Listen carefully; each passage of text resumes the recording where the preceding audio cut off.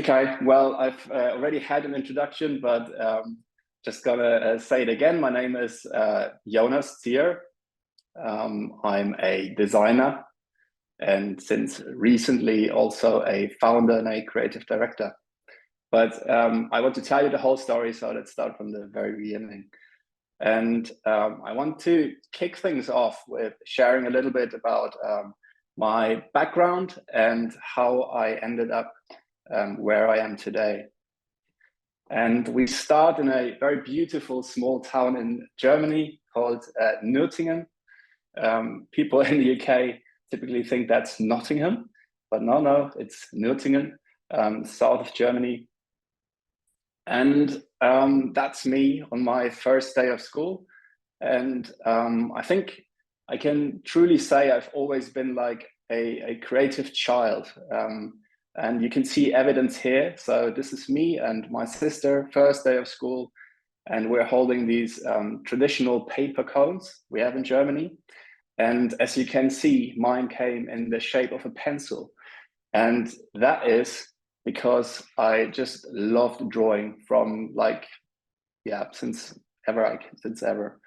And you can see on this little sketch, beyond a Formula One car, a motorbike, you can also see some very first examples of typography, in fact.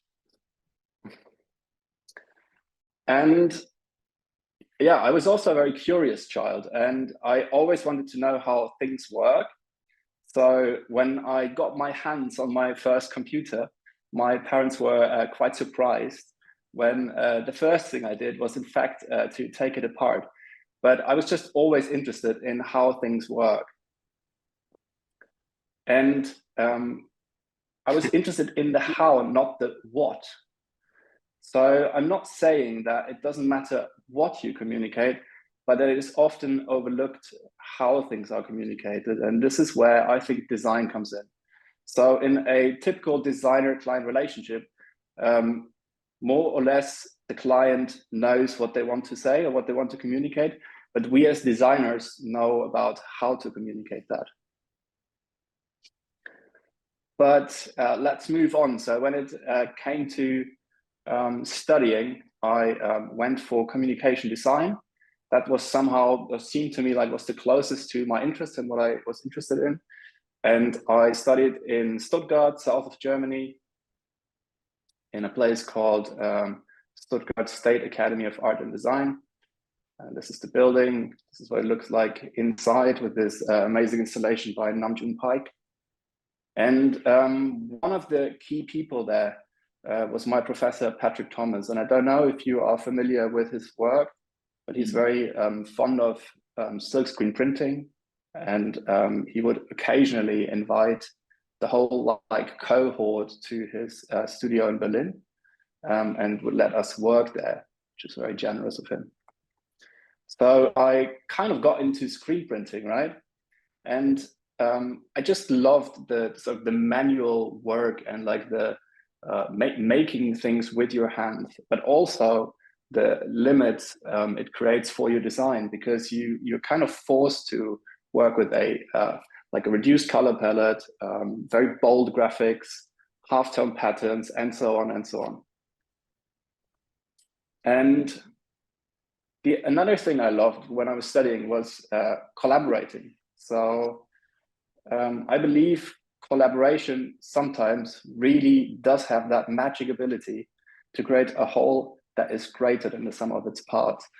And this project, I suppose, is a bit of an example for that. So it's a student project I've created with my two friends you've just seen, Max and Silvio. And basically the school got a new table tennis table. We were all big table tennis fans. And we were given the brief to promote the new table to all students. So I have to add at this point that Max is a graphic designer. Silvio, however, is an industrial designer. So he brought like this whole set of sort of additional skills and possibilities to the table. And we came up with this concept and this idea to make a poster that is not only a poster that communicates the event, but also supplies everyone with table tennis paddles. So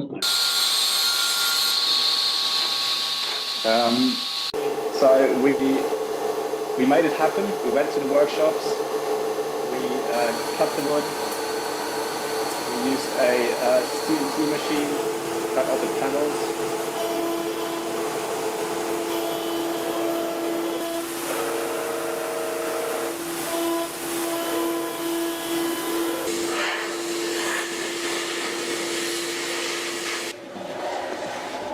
Screen printed the whole thing.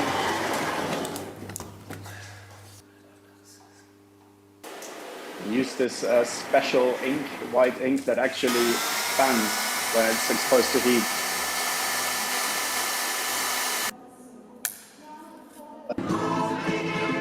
So yeah, we had a great party in the end, and actual pedals that were fully functional, including the rubber. And that project was kind of formative to me. Firstly, we did not only get Sargmeister's kind of approval, which is great, but we actually went on and won like a couple of awards with it. But also it was just hugely popular amongst all the students, and it actually did really work incredibly well. And another thing that I learned in uni sounds somewhat contradictory, but I believe that what people fight over a creative career is a fear of originality. And I think it is actually truly difficult to dare to be original, to embrace idiosyncrasy, to kind of love your weirdness and stand out from the crowd. And this next project was a bit of a breakthrough for me in that regard. So we were given a text of a poem, and the task was to transform the text into an animated typographic short film. So I have to say, at this point, I had no idea of any animation tools, After Effects whatsoever. So I just went on. I did not look at any references or any mood boards, or Pinterest, Instagram were not around at that time. So I basically just picked every single word and came up with a way to animate it. And I did that in camera, manual, digital, stop motion, and so on and so on. And in the end, handed in the finished project to the Tokyo Type Directors Club Awards. And I actually won miraculously. And that was like a breakthrough moment for me, not only because I kind of, realized that with like doing something like that, you actually can have some success, but it was also a breakthrough because the first time I got in touch with motion design and thought, wow, that's a cool thing. I should probably do more of that. But yeah, so that's studying. Let's get into sort of more of my professional journey, I suppose. So after studying, I started as an intern in a company called L2M3, founded by Sascha Loeb in Stuttgart. It's a company that mostly worked with cultural clients, a lot of architects as well. So did like, some work for cultural clients, also wayfinding and signage systems. After that, and between that job and Pentagram was also a move from Stuttgart to London, obviously. So I worked at Pentagram for nearly 2 years, had a fantastic experience, learned a lot, met a whole bunch of amazing people, a lot of designers, had a great time there. But after a certain time, I felt like it was time to move on. And I ended up at Spin. And at Spin, I joined as design director. And I've been there in the past 3 years, working with Tony and Trish, the two founders. And we grew our small team from initially 4 people to about 8 when I left. So I have to say, it was a truly fantastic experience. I really, really enjoyed my time there. We did some really good work for the Design Museum in London, for a lot of work for Mubi, Don't know if you heard about them. They're like kind of the art house version of Netflix. And yeah, I want to share a couple of key takeaways from working with Spin. Number one is studio culture matters. That means a considered structure, good organization, taking care of relationships between team, between collaborators, everyone. Avoiding working overtime. We were really strict with that. And I do genuinely believe that to do excellent work, that also requires enough rest, enough sleep, time to read, to reconnect, to kind of just off time. I think it's that like invisible labor that actually makes creative work possible. Secondly is don't try to create and analyze at the same time. And in a way, that's almost schizophrenic. But to work efficiently, I found it incredibly useful to quite strictly separate these two processes. So first, we would create stuff and really like not apply any filter, just like putting ideas out, creating work.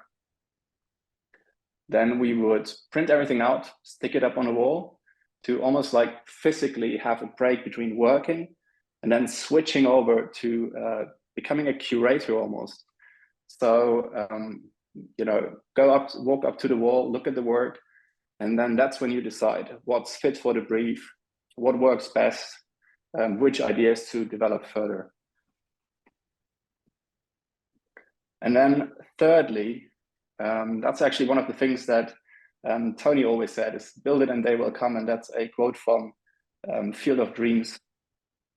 And it's basically a commitment to self-initiated work.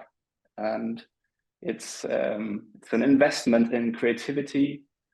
And it's the belief that if you create something fantastic and release it into the world, somebody will eventually see it, get excited by it, pick it up, and might, yeah, take it to the next level with you. So just as an example, I've always done self-initiated work and find it quite important to sometimes do projects where you just make something and put it out into the world. So this is an example for a demo festival,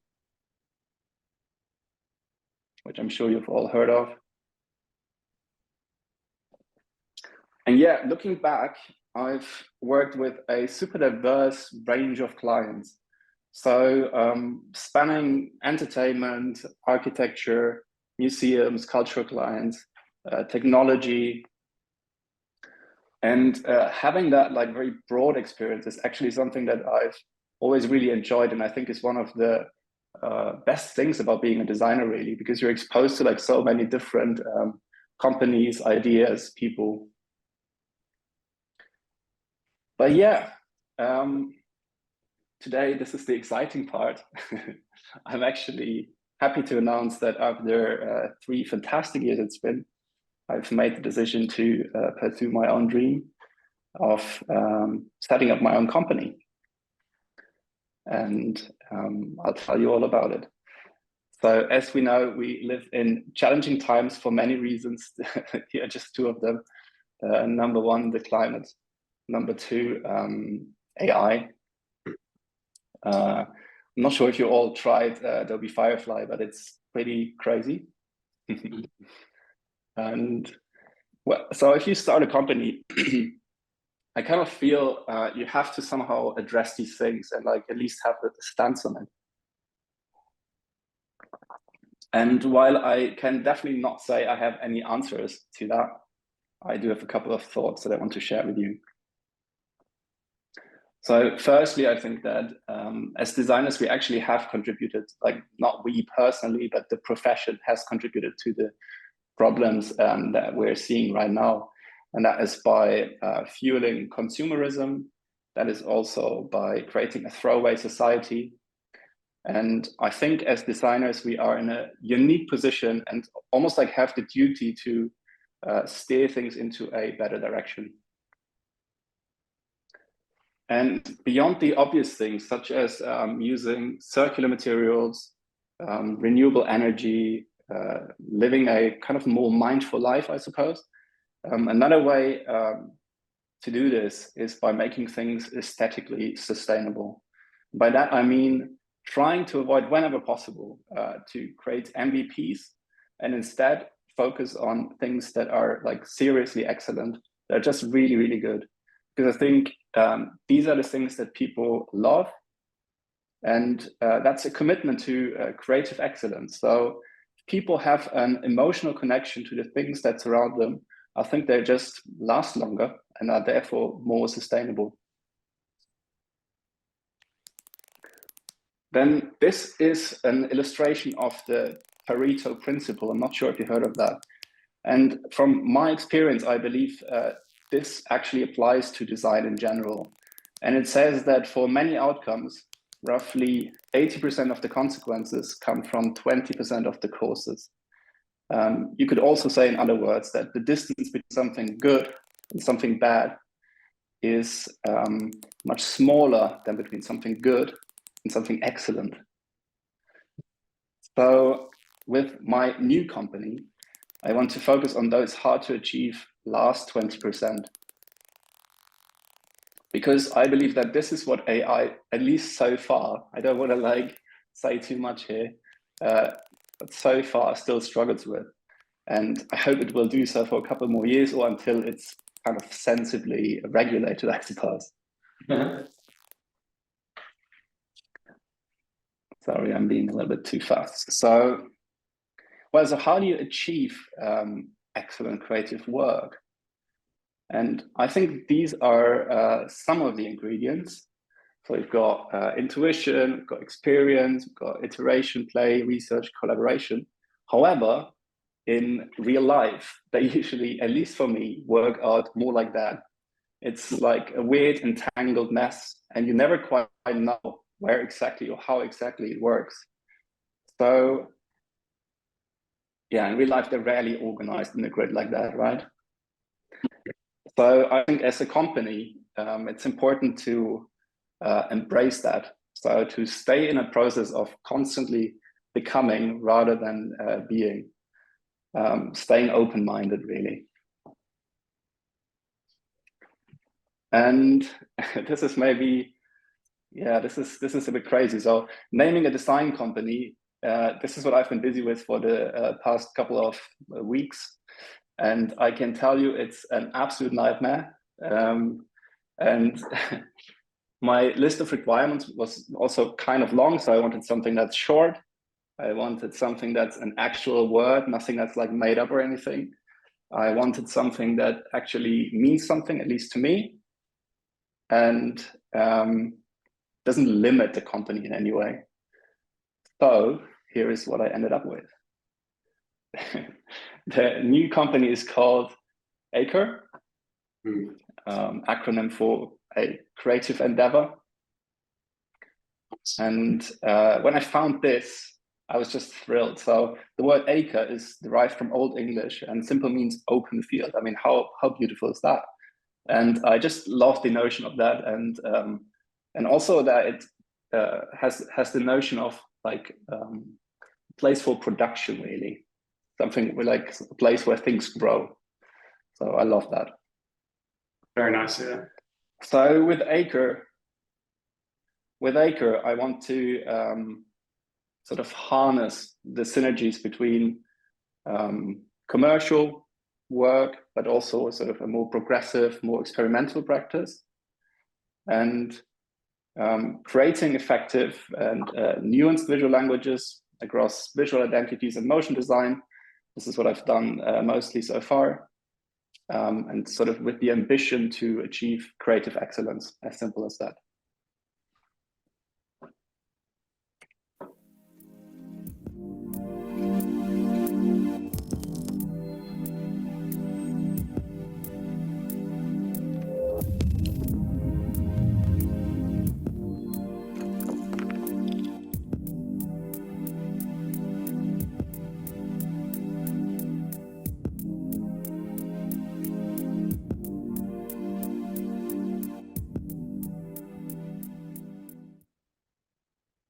Very nice. So we have, thank you.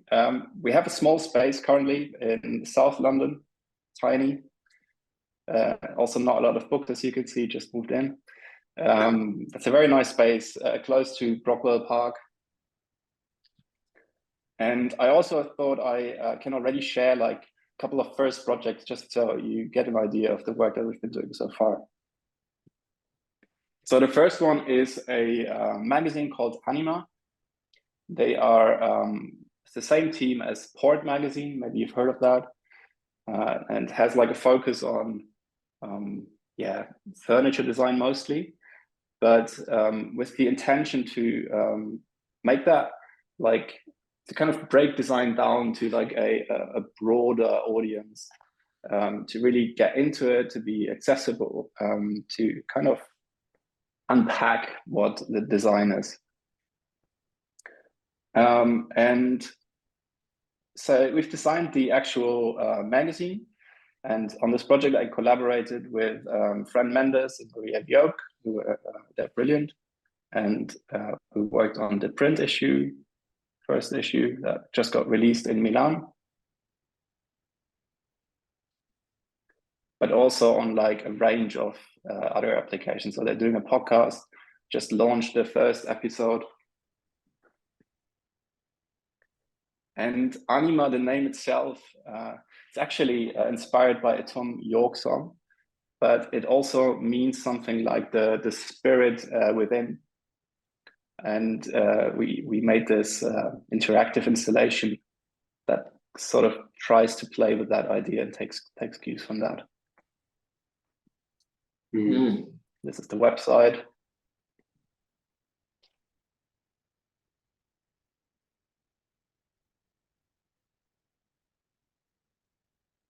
It hosts all the content for free, actually. There's no paywall. And then they have the podcasts on there.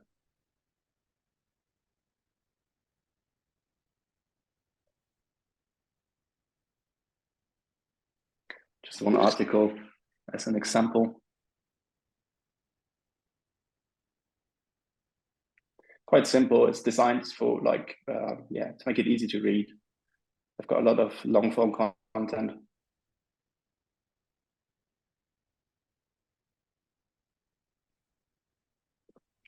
And then we made this funky AR filter. That's like little 3D animation. It's accessible via Facebook, created in Spark AR. It was just a little gimmick, I would say, to support the launch.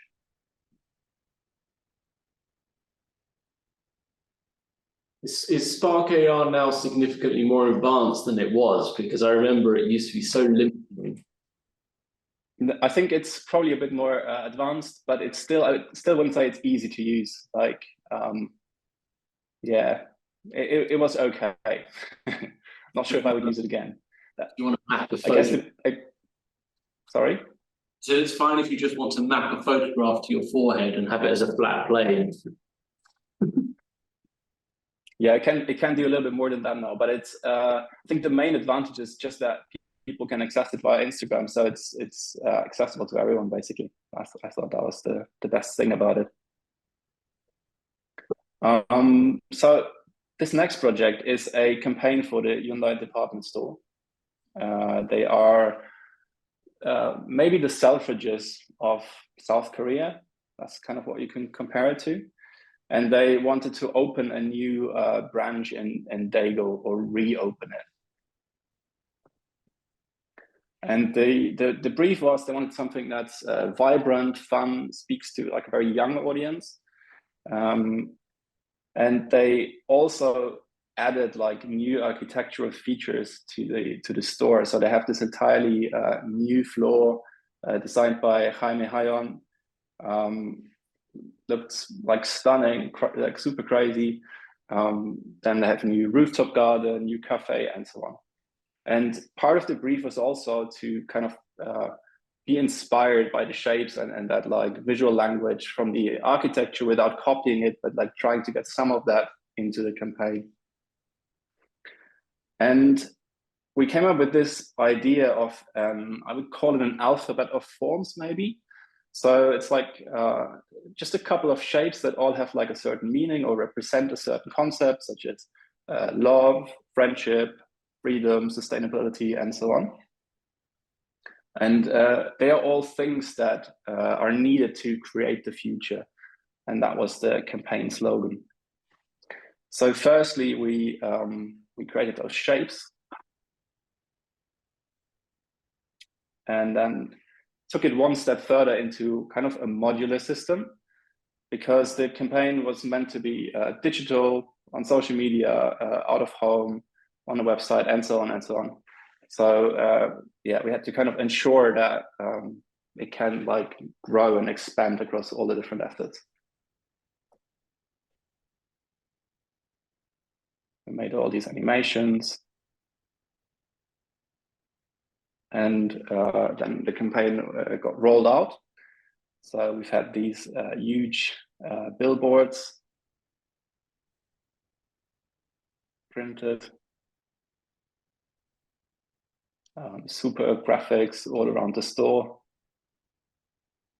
flags, more animations, very colorful, very like joyful in a way. Bags. Then this is one of my personal favorites, like little badges that all the people in the store were wearing.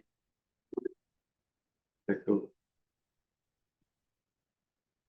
Yeah, floor guide, website, obviously.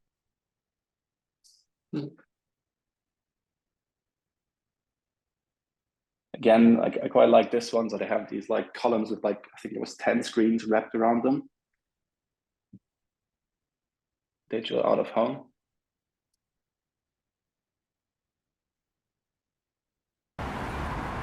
And then also this massive screen that like wrapped around the entire building.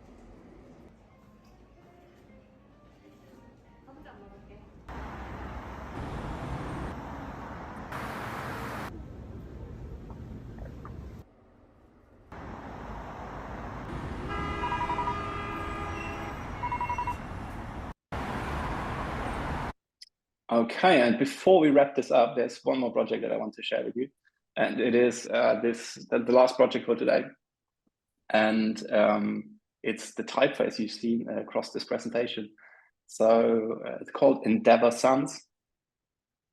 And basically for the new company, I wanted a house typeface. And I wanted something that is sort of inspired by the past and the future, by history on the future at the same time. So I worked together with my friend and typographer, Mr. Bütebage, on this concept of a new old face. And yeah, it's still in development, but I guess I can share it already. We try to balance a fairly standard looking sans serif with like a couple of more quirky features. We try to bring in like a little bit of expressiveness while keeping like a lot of functionality in there as well. We've got this like R with the long leg, like the very like closed letter C. And to kind of underline this concept, we created the stylistic set that has like a lot of historical cues and little design details that are inspired by the time of metal typesetting, I suppose.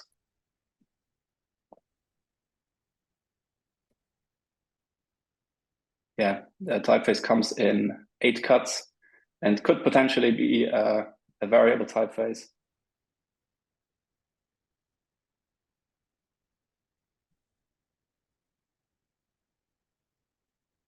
Also works in long copy. That was one of the requirements because it's meant to be used across like all the studio's outputs, whether that's a proposal or website.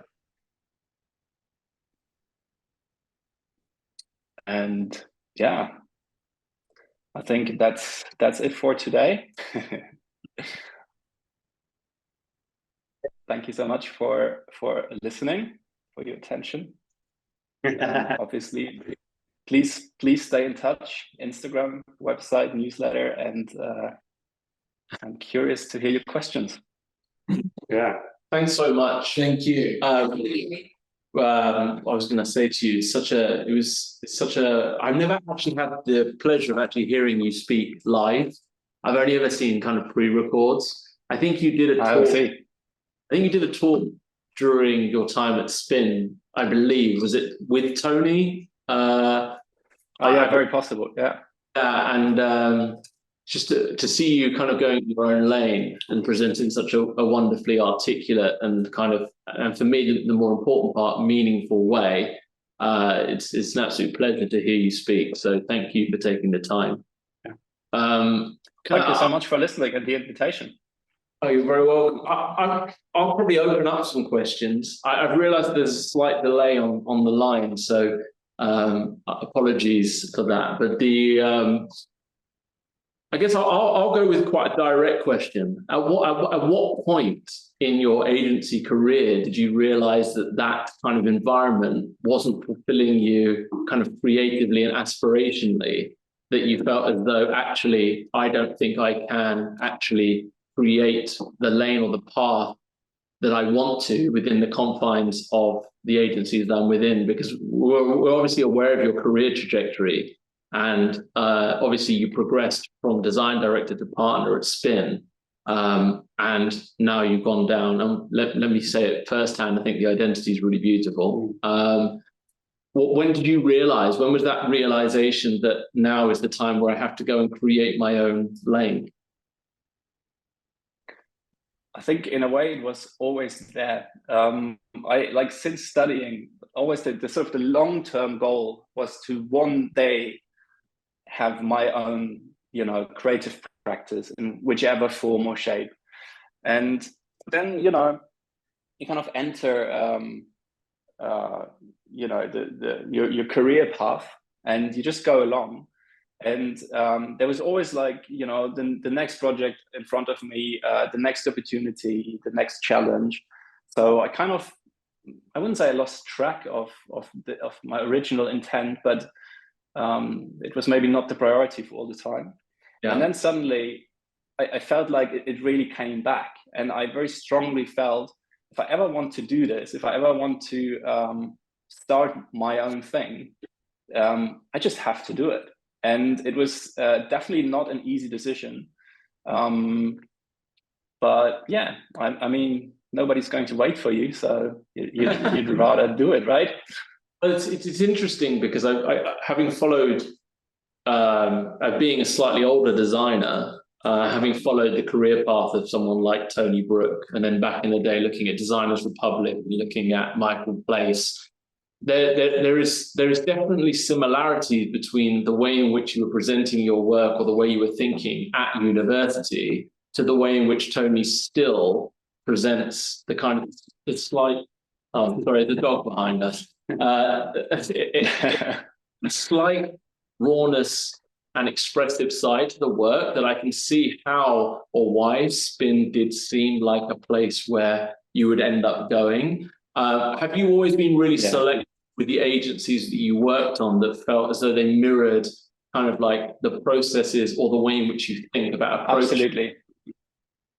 Yeah, absolutely. And that's, in fact, I mean, I'm teaching now as well. And it's actually something I tell my students is when you enter your career and you apply for jobs, I would definitely recommend to like apply at places where you like to work and you feel like there's, a natural connection somehow. Like I don't really think it makes sense to work at a place where you don't feel like you like what they're doing. And yeah, I mean, that was certainly the case for me. So I think Spin, to be honest, was, a reference when I was studying, and I was like absolutely thrilled when I got to work there. And so I suppose there is this kind of like line of style, I suppose, that kind of runs through my career, I suppose.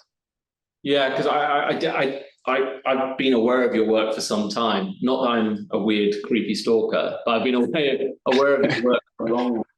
And it's felt when there was an announcement of you becoming kind of a partner at Spin, then I could not read, albeit that it isn't necessarily front of mind, but when you do see these kind of announcements, I couldn't really have pictured you being somewhere else. He seems like the kind of individual in their work, and even the manuals that they did alongside Adrian Shaughnessy and stuff like that.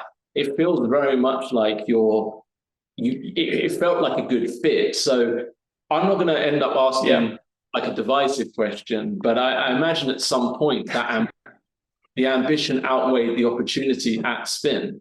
So I would guess, because in terms of the kind of projects that you're now approaching through your own independent practice, do you believe as though there is a sense of freedom that you've now got to be able to define the kind of clients that you want to work and be able to shape your own kind of almost trajectory of what you want to achieve with those particular clients? Absolutely. I think that's exactly what it is. And that's why I said it was not an easy decision, because I did definitely feel like a strong connection with the work at Spin. I love the team. It was great. But there's always been this, I can't explain it, this like urge to like kind of try and start your own thing and like be completely independent. And at some point it just outweighed the opportunity at Spin, I suppose. Yeah, I have some other questions, but mostly because, but I won't try and take over the conversation. Is there anything that anyone else wants to? I've definitely got a question, but I'm happy to wait. Go on, because mine's gonna be a non-designer question. Go with me a non-designer. Okay, cool. All right. So, firstly, I love the name and obviously the sort of meaning behind the name of your new practice as well. I think I can definitely empathise with the pain and struggle of trying to name something as well, particularly when it's your own thing that you're trying to name. That's just like, it's such hard work. I also really love the point you made about invisible labor. I think that is really like undervalued in terms of, you don't leave work and it just disappears. There's lots of stuff around you that you're experiencing, in downtime, in walking, whatever, that I think actually really feeds into the work that you actually create as well. I've never heard it expressed in that way, so I really sort of resonate with that. My actual question is, I'm not a designer, so I sit on the strategy side of the process. And I've worked with Two Times Elliott before becoming the strategy director here for a year independently. And prior to that, I'd worked as a strategist independently for like 8 or 9 years. And I suppose I'm really curious about that relationship between strategy and design and how those two areas can be as effectively conjoined as possible. So I'm sure not all of your projects have a strategy sort of, part to them, but I'm curious to know whether there's anything when you've been through that kind of process of, branding, whatever it might be, where there's a strategic sort of point of view in that. What do you really value in that kind of relationship between strategy and design, and whether there's anything that you found really effective in how those two disciplines work together? I think that's a very interesting question, and you're right that in the project that I've showed today, the strategy part is not like it's not very big. I think across other projects, I've made different experiences with the relationship between strategy and design. I think at best, they really go hand in hand. At worst, strategy can become too heavy almost. And like what I've experienced with clients before is that they go into like these like lengthy strategy processes where it's a lot about politics in the end.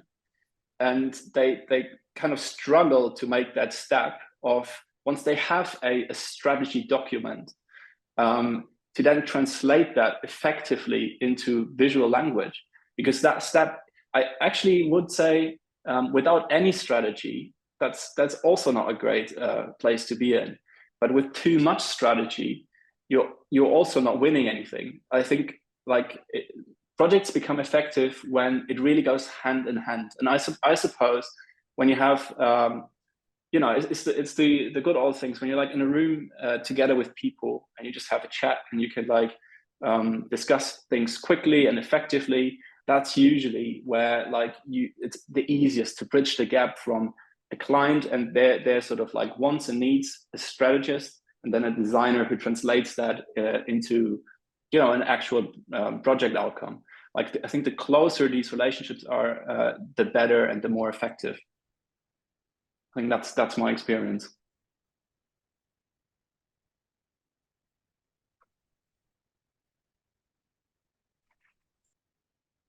Sorry, I think I can't hear you. Sorry. Yeah. Yeah. Thank you for talking us through that. It was really great to see. My question is that, not just explicitly on this platform, but I think within the wider design world, you see a lot of designers kind of focusing in on a particular kind of practice, whether it be editorial, motion, branding, whatever it might be.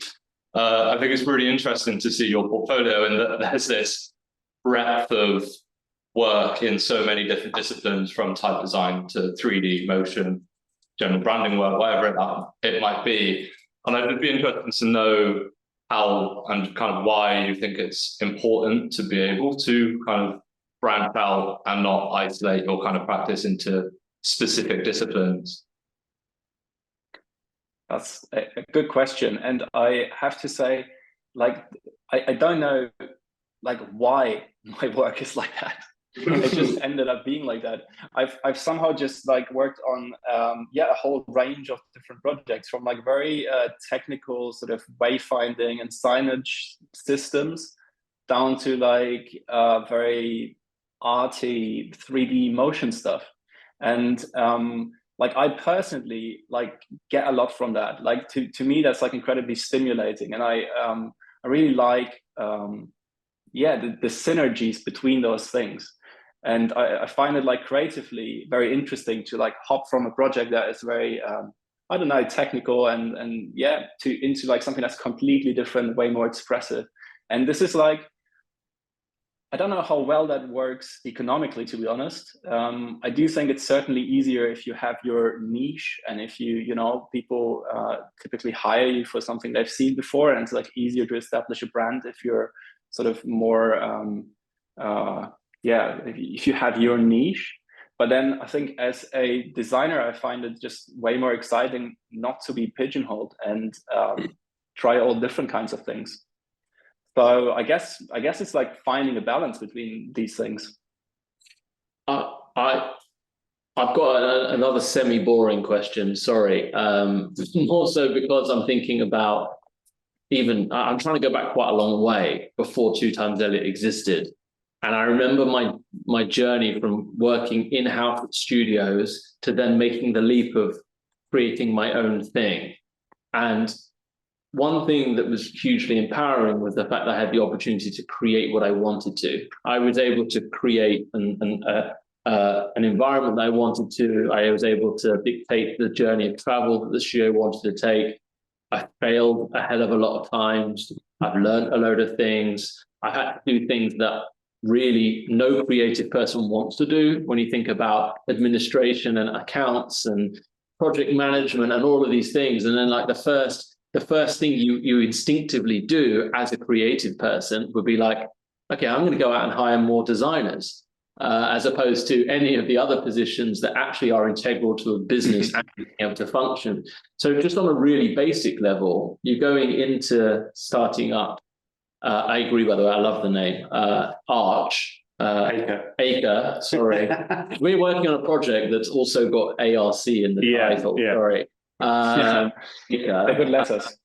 Well, it's interesting because the name of your practice, when we were working on an application for a dating app many years ago called Field, Field had exactly the same premise, and Acre was one of the names that we actually had put forwards for it as a potential idea of playing. We didn't want to have the term playing the field, but the idea that the possibilities or the boundaries of either sexual expression or sexual or gender classifications, were at that point starting to become a lot more fluid. So the idea of actually working in the idea of a dating space being quite broad and open, there were a lot of kind of there was a lot of rhetoric used around a kind of open space, and Acre was one of them, but they didn't land on it, so you can have that one, which is good. But the question, how much do you feel now that you run, own, define your own kind of practice, that you start to feel as though the more kind of like functional parts of your role about considering running a business and what that constitutes in terms of thinking longer term or financial success and all of these things, as opposed to taking a payslip each month, how much do you feel as though that has taken its toll on your ability to be as kind of like creatively expressive, or to use your kind of your 2080 kind of analogy?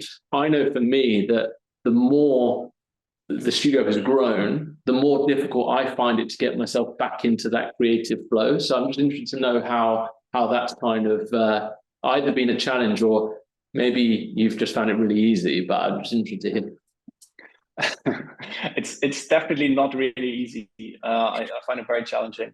I have to say it's early days for me. So currently the sort of the admin part, I luckily, I have an accountant who's helping with things, and it's not like I don't have like many people that work with me, so it's manageable still. On the other hand, I have some experience from Spin, because like as a partner, I've basically been exposed to like the whole range, from like hiring people to like admin to dealing with finance, dealing with clients, all of that. And I know that it is incredibly challenging, and to also find time to be creative at the same time, like next to all of that, it's just super challenging. And I'm afraid I don't really have like a good answer. Like I really don't know how to do it. Like I suppose it might be the same for you. It just somehow do it. But I'm not sure if there's like, I don't know, a big secret or like any advice I could give or anything. I really don't know. I think the question was more geared towards the fact, almost like me just saying, "How are you doing?" I think it was more so to check that you were okay. I think one of the biggest things being a founder, especially if you're a sole partner, I find the idea of being able to, and everyone could probably kind of attest to this, is sticking to a 9 to 6 for someone like me, even if I'm not in the office. There are a lot of things that happen from an administration side of things that make it extremely difficult to be able to go away, completely compartmentalize, or not try to reflect, and almost in some ways completely put down tools. It's a very, very difficult job. So I guess it was more so, rather than have you found a solve to this problem, more so, are you able to still maintain that level of kind of inquisitiveness and playfulness and all of the kind of the 8 principles that you'd kind of mapped out within your fluid graph?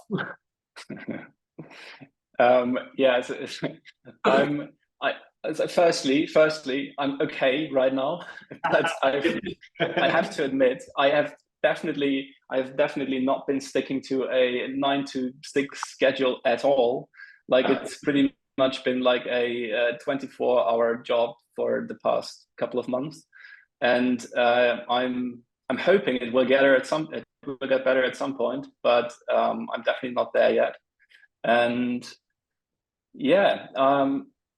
I mean, like maybe just like a bit of experience from Spin. Like, I mean, this is a company that they've been around for 30 years. It's been their like 30th anniversary this year, and they somehow managed to be just like a really like tightly run ship. Like we very rarely, I mean, sometimes, we would work until like 7, but that's about it. And that really happens rarely.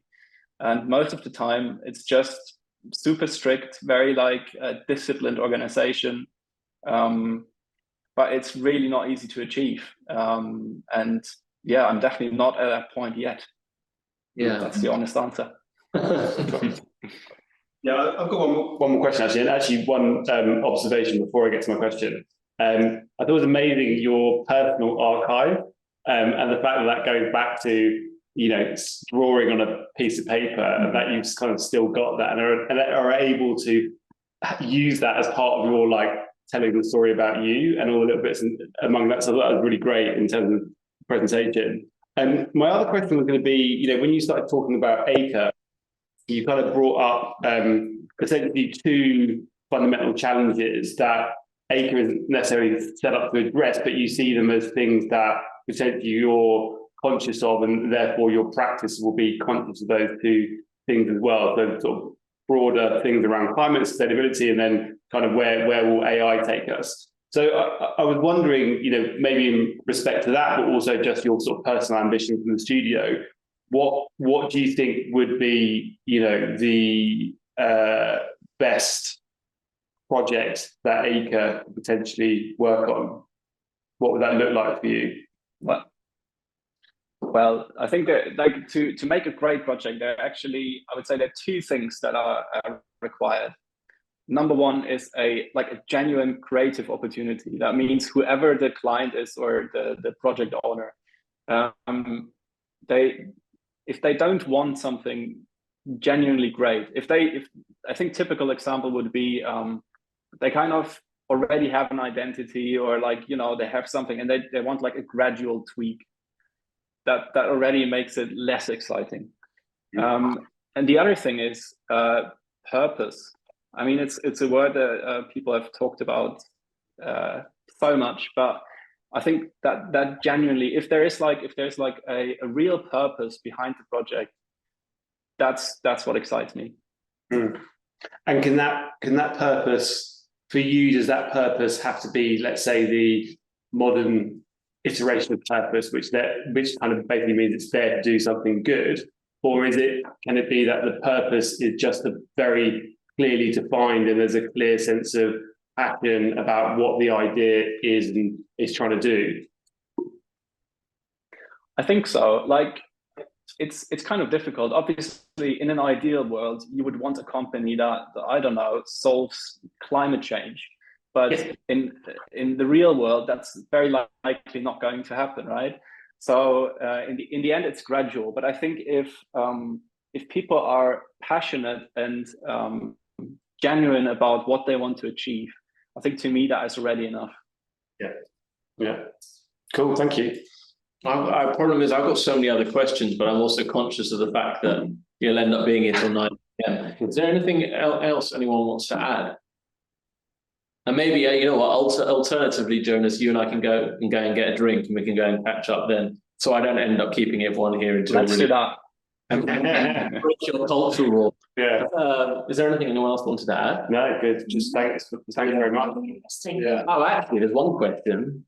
Do you want to ask us anything? Because rarely anyone does, but if you are, you can. I have to say, like, in the journey of starting this company, I've actually started and almost like made it a habit to talk to other designers and just, like, you know, quiz them about their journey and like how they ended up, you know, where they are.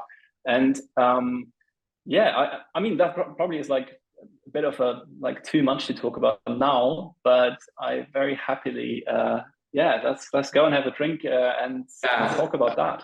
Well, we're going to have multiple drinks and go and discuss that. But otherwise, it's been an absolute pleasure speaking to you. And it's actually to be able to take this back to seeing where you started from, to remain so consistent to that kind of, I overuse this word and people will probably smile, especially Mark, when I say it, to still kind of remain that kind of, it's got almost like a childlike curiosity in the most charming way throughout all of your work. It still has that level of commitment to still wanting to push the boundaries of the possible, rather than looking to reference what we see around us through social media and brand identity and all of these other design-based journals. For me, it's one of the best kind of stories or journeys that I've seen in a long while that maintains the integrity of where you've come from to where you are. So I really appreciated your time. Thank you so much. And thank you for the invite. It was an absolute pleasure. Amazing. Cool. Thank you so Well, much. thank you so much. Thank you so much. Have a nice evening, everyone, and Bye. speak to you soon.